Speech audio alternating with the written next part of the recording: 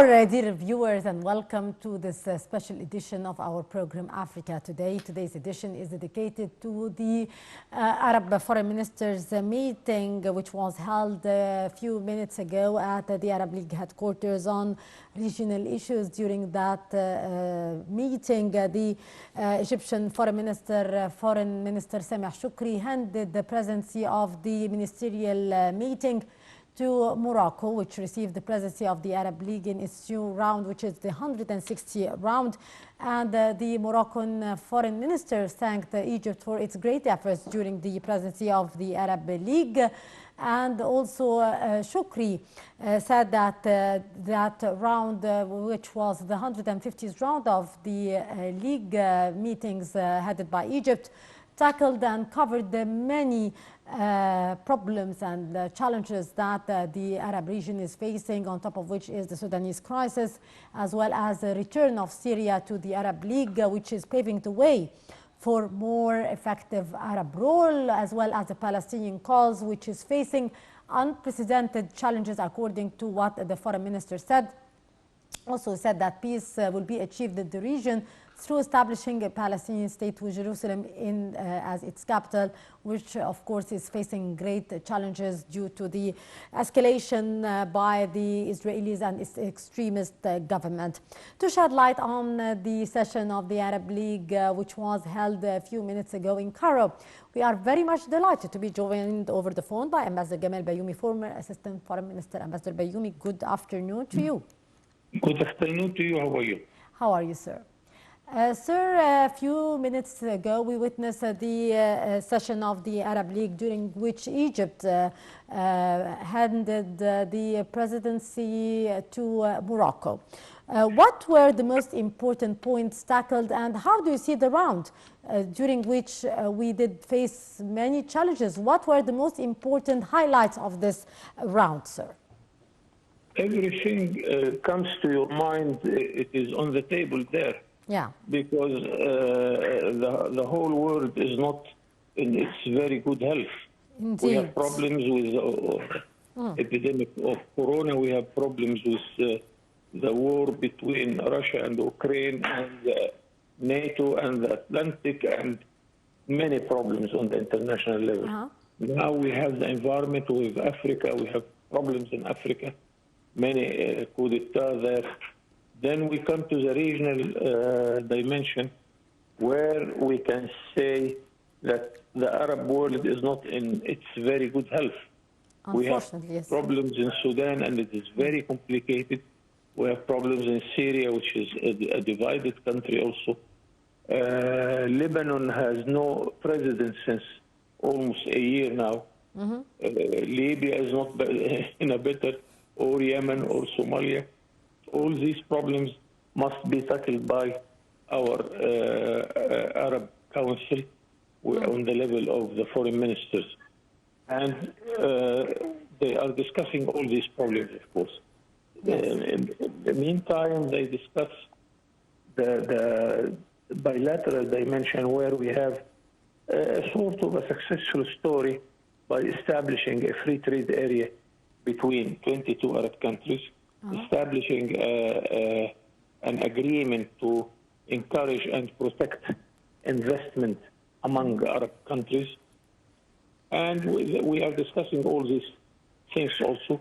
We have a very active Arab community working in the Gulf, where Egyptians or Moroccan or Palestinian, many Arab citizens are working in the Gulf, in the 6 Gulf states. Yeah. Many things are discussed, of course. And what the future expected to be. So the challenge is not easy, but I am sure that the Arab League is well representing all the Arab countries, and I hope that each Arab country will help the other until we come back to a sort of balancing situation. Yes. Ambassador Bayoumy, many issues also were tackled during the meeting, or as the foreign minister mentioned, that during the round, the 159th round, which was under the Egyptian presidency by Foreign Minister Shukri, the Sudanese crisis was one of the top issues discussed, yet we did not find a concrete solution on the ground, and yet the humanitarian crisis is reaching a very alarming level in Sudan. So also Morocco is now heading the 160th round. How do you see the tackling of the situation there, and what solution could be reached on the ground yet for this very alarming crisis on the political, economic, and of course on the humanitarian level? I would recall a German proverb. They say, God will help those who are helping themselves. Even we have in the Quran such thing. So you cannot help Sudan until the Sudanese decide to help themselves. Yeah. And the worst thing can be a challenge for a country that it is divided among parties and tribes. Much more difficult that each side is asking the help of a foreign force. Then the solution will come from those foreign forces. Much more complicated that in Africa, I know quite well that whenever the tribes are indifferent, they come to the army because the army belongs only to the country, belongs to one flag. Unfortunately, in Sudan, they exceeded this problem, and the army itself is fighting each other. And here we cannot come to a good arbitrator or a good leader for the country. Here, the challenge is very big. Egypt is trying its best several times, and the neighbor countries of Sudan are trying to tackle this problem in order to bring all the Sudanese on one table to find a solution to this situation. Either for Sudan, Libya is not far from this also. And we hope that by all these efforts, we shall reach a united Sudan with a united army, inshallah. Hope so. Also, the previous round witnessed the Syrian return to the Arab League, which is paving the way, as the foreign minister said, for more effective Arab role. How do you see this step of Syria return to its seat in the Arab League during the past round, sir? Syria is very important to the Arab League, and it's much more important to Egypt. Mind you that we call the Syrian army the first army. We have the second and the third in Sinai. And Syria is very important member of the Arab League. And mind you that we were one country during some decades. I am proud to say that when I joined the Egyptian diplomacy, my boss was a Syrian ambassador. And I had 8 colleagues in my group from Syria. Now Syria is divided from Egypt. Syria is divided from Syria. So we are trying to encourage all the parties in Syria in order to come to reason and to choose how to come to a sort of democratic election and to choose a leadership which every Syrian can deal with it. Hope that we reach with Syria also a good solution. Syria is very important to the Arab world and to Egypt. Indeed. Also, sir, all the time, the Palestinian crisis is topping the agenda of the talks in the Arab League. Yet, this round witnessed, unfortunately, deterioration in the situation in Palestine with the provocation of the situation by the Israelis and the extremist government and the settlers there. How do you see the situation of Palestine at the moment, and how the Arab League could help with solving this crisis, with the international community turning the deaf ear, and the situation? I want to give you an idea how important the Palestinian question Yeah. In our foreign ministry, we issue every year a big book, hundreds of pages, to deal with all the problems we're dealing with during the year, whether on the international level, the United Nations, or the regional, with Europe, with the Arabs, with Africa. And on top of all the issues on this book, you will find always the Palestinian question. Yeah. It is a fair question. It is a fair of course. Challenge. And I am astonished as a diplomat because I have never seen any diplomat in the whole world, whether from the Americas, from Europe, from Africa, who is not sympathize with the situation of the Palestinian in our region. Yeah.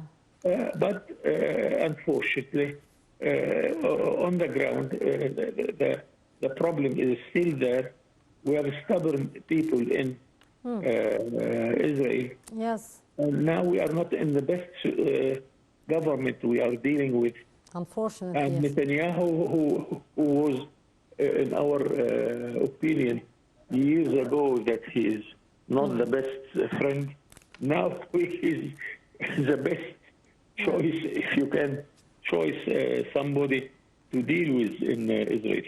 Israel has a problem, by the way. Yeah. It is a very divided country. Since its establishment in the 40s, it has never selected one party to rule. Always, it is a sort of a combination among several parties to rule the country. And here, with Netanyahu on the top of the government, his allies are something like very, very, very extremist, and they do not recognize any right of the Palestinian.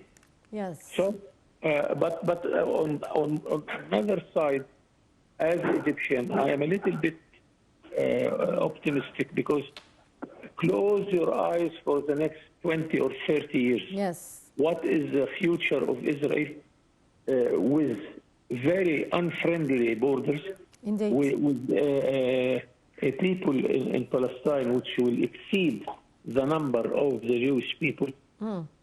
So because of this, the most close friends of Israel, even in the United States, would ask them to carry on with the two-state deal. Yes. Because one state will have Arab majority. What are you looking for? This is what we are telling our partners in Israel. Yes. But we have to keep supporting the Palestinian state. Yeah. And I really admire the Palestinians who are still staying in Jerusalem, are still staying in Gaza and the Western Bank, and they are defending their right to live in their own country. Indeed. Mr. Ambassador, also Foreign Minister Shukri talked about the Ethiopian dam and the agreement which was initiated with Ethiopia in order to sit and find a binding solution which did not or do not harm the interest of the three states, Egypt, Sudan, and Ethiopia. Yet, over the past months, Ethiopia is adopting a rigid stance. So what's your take on that, Mr. Ambassador? Studying this problem thoroughly, and really I was happy to read a thesis of at the Faculty of Economics and Political Science. It made me sure, technically, that it is a matter of time. Yeah. Because this dam is not established to keep water in Ethiopia. As a matter of fact, 99.5% of the Ethiopian needs for water, it comes through rains.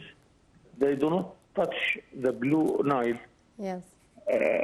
Only for 0.5% of their needs.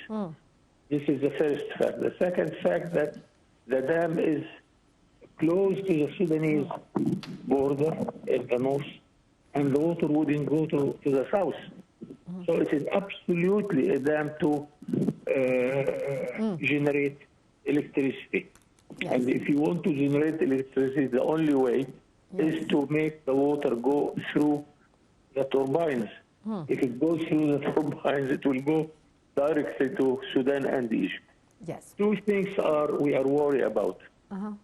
How quick they are going to stop the water, and thank God that they couldn't stop the water quickly. No. The second, that one of a sudden they decided to double the size of the dam. And we are worried that this size and this volume of water would be too much for the soil there, which can threaten the dam itself. It can be destroyed. They are stubborn, they do not listen. And even there are international organizations who are telling Ethiopia that this will not continue like that. Yes. But anyway, I am quite sure that we did not lose up till now any cubic meter of our water. I am quite sure that with the time and patience and good negotiators, we shall reach a good solution with Ethiopia. Hope so, Mr. Ambassador. Also, for his part, the Moroccan foreign minister, after taking the presidency of the current round, if I might say, the 160th ministerial meetings round, we said that the priority now for his country, he said that the priority of his country is the partnerships with the international and regional blocs. How do you see the importance of setting more partnerships with the other blocs as well? We have in the Arab world the large umbrella, which is the League of Arab States. Then we have what we can call sub-regional countries, where there is alliance between Egypt, Jordan, and Iraq. There are another sort of alliance between Egypt, Tunisia, Morocco, within the Mediterranean relation with Europe. That's why we have deeper relations with Morocco, with Tunisia, putting Europe in the middle. Because we have, as you will know, the association agreement would join all of us with Europe. So we are using our relations and our agreement with the European Union in order to encourage and increase our export, either